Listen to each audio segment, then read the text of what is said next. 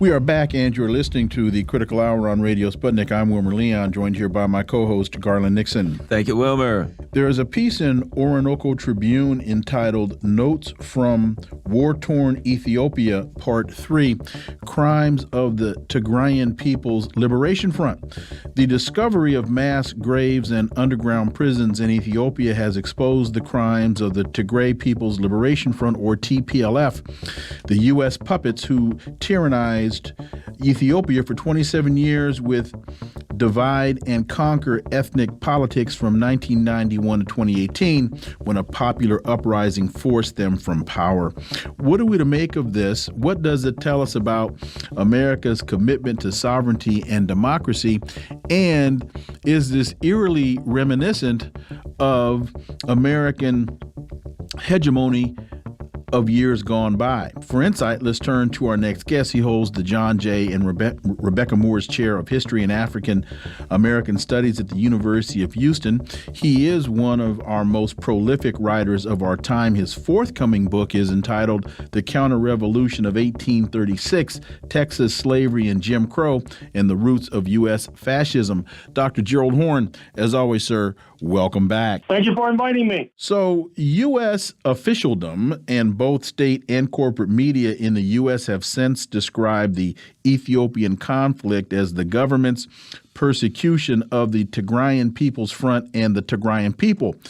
What is wrong with this, what I'll call a contextual and a historic perspective? Well, I think it's important to put this conflict in the Horn of Africa in a wider perspective. Whenever I go on Black radio, which of late has been frequent, the comparison oftentimes arises between how the United States has reacted to the crisis in Central and Eastern Europe versus how the United States has reacted to the crisis in the Horn of Africa, speaking of the conflict that you just made reference to in Ethiopia, and not to mention the conflict across the Red Sea in Yemen, where the United States has armed its Saudi ally to the teeth, who have been bombing and persecuting the Yemenis mercilessly. And I think that that is an apt comparison. And I think I should also mention that the United States is not pleased or happy with the regime in Addis Ababa, not least because it has not necessarily signed on to the sanctions regime against Russia in light of the crisis in Central and Eastern Europe. As well, Ethiopia is a major node for the Belt and Road Initiative of the People's Republic of China. And in fact, Ethiopia is quite happy with the fact that China has been quite useful in helping to sponsor infrastructure projects that in some ways serves as a model for other African nations to follow.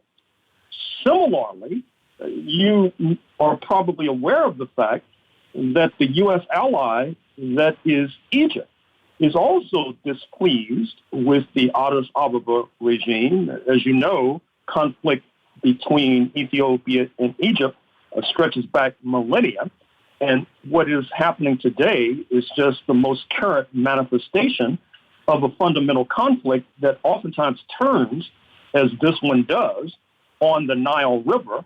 In this instance, the Ethiopians building the Grand Renaissance Dam, which the Egyptians charge is a threat to their lifeblood. Speaking of the Nile River, about a decade ago, captured on tape somehow, were mutterings at the highest level in Cairo about regime change in Ethiopia.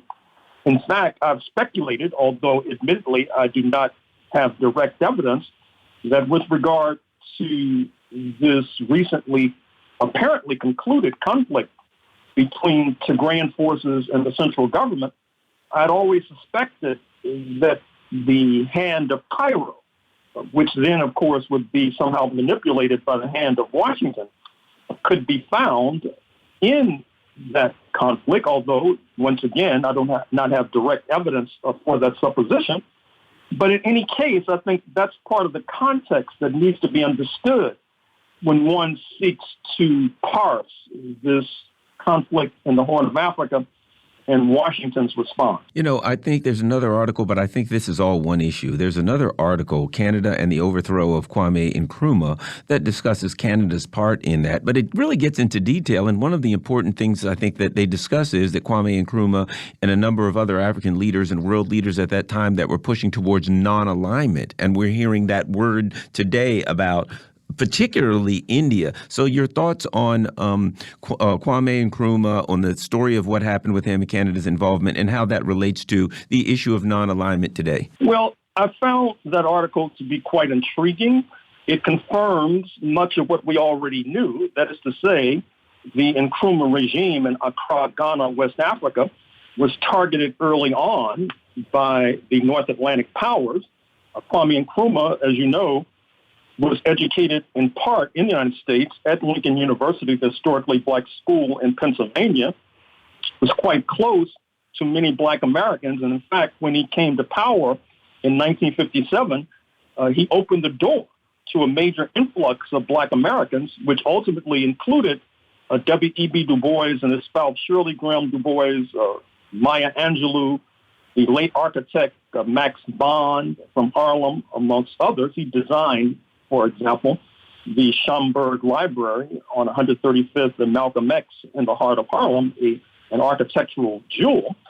And the fact that Mr. Nkrumah was opening his doors to black Americans, many of whom were on the left, speaking of Du Bois, speaking also of Du Bois's comrade, W. Alpheus Hunton, who, like Du Bois, was a member of the U.S. Communist Party, that led to a fevered response in Washington, ultimately led to the early 1966 overthrow of Kwame Nkrumah when he was on a peace mission trying to resolve the conflict in Indochina. The fact is that the Nkrumah regime was also targeted because of its attempt to resolve the Congo crisis. Recall that Mr. Nkrumah was quite close to Patrice Lumumba, slain at the behest of the U.S. Central Intelligence Agency circa 1961. Mr. Nkrumah also had opened his doors to other left-wing exiles from throughout Africa and, in fact, throughout the world. And there were very prominent and important diplomatic legations from the then Soviet Union and China in Accra, Ghana. I've oftentimes thought, and I'll put this out for a younger scholar, that someone really needs to do a study of the tumultuous events of late 1965 leading up to the Nkrumah overthrow in early 1966.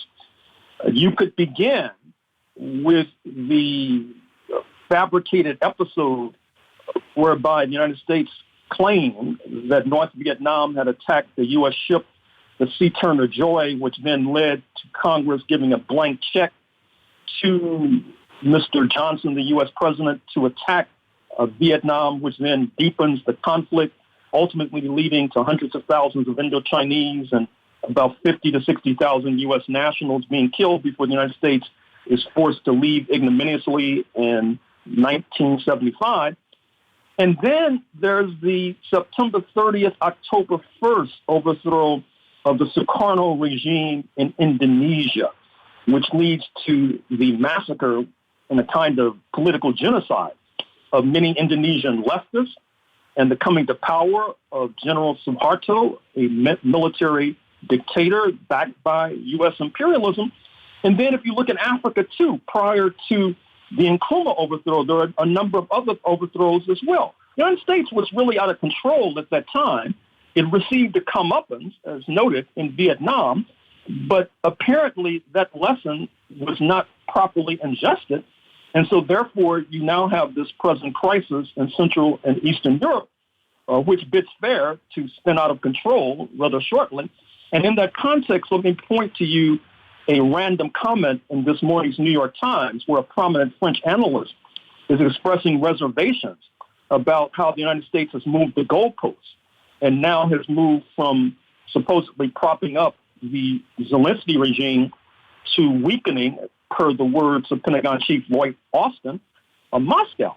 In other words, I think that some Western Europeans are finally awakening to what is obvious, that they're being played for chumps, that is to say the Europeans, and if they're not careful, the United States will lead them all over the cliff. Mark Twain told us that history doesn't repeat itself, but it often rhymes. As we look at the coup in Nkrumah in '66, the CIA engineered it, Canada operated within it, and a lot of that had to do with, as Garland said, Nkrumah's deepening ties with the Soviet Union and China.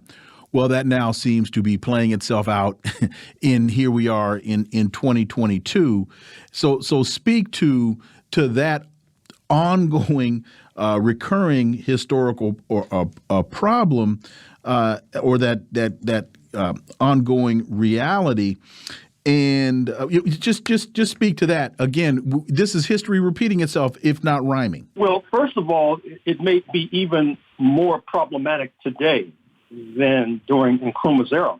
What I mean is, if U.S. imperialism and its acolytes in Western Europe carry forth with their demented idea of somehow not only weakening Russia, but decoupling from China, which has been a theme for a few years now, inevitably there will be a search for an alternative to Russian natural resources, which inevitably leads one to Africa, Algerian natural gas, Nigerian petroleum, South African gold, South African palladium, etc.